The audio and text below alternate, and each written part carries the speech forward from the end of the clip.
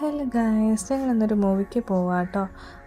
ഞങ്ങൾ greenfield സ്റ്റേഡിയത്തിലാട്ടോ movie കാണാൻ വന്നേക്കുന്നത്. ഓസ്ലർ കാണാനാണ് പോയത്. അങ്ങനെ അവിടെ പോയിട്ട് വായി നോക്കി നിന്നപ്പോൾ ഇത് കണ്ടോ, നല്ല രസമല്ലേ കാണാനായിട്ട്. കാർട്ടൂൺ പണ്ട് ഒരു വീക്ക്നെസ് ആയതുകൊണ്ട് എനിക്കത് ഒത്തിരി ഇഷ്ടമായി. അവിടെ കുഞ്ഞു പിള്ളേരൊക്കെ പോയി നിന്ന് നോക്കുന്ന പോലെ ഞാനും കുറച്ച് നേരം ഇവിടെ പോകുമ്പോഴെല്ലാം പോയി നിന്ന് വായി നോക്കി നിൽക്കാറുണ്ട്. പിന്നെ ഞങ്ങൾ പോപ്കോൺ വാങ്ങിയ വേണ്ട തന്നെ ഞങ്ങൾ കഴിക്കാൻ തുടങ്ങി.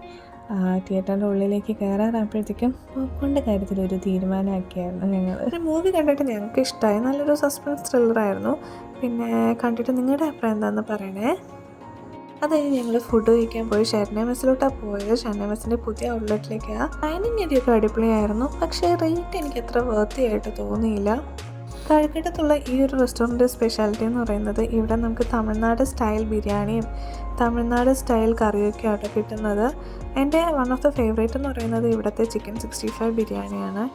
ഞങ്ങൾ ഇവിടുന്ന് ബീഫ് ബിരിയാണിയും പിന്നെ അതേപോലെ പൊറോട്ടയും ബീഫ് കറിയും ആയിട്ട് ഓർഡർ ചെയ്തത്.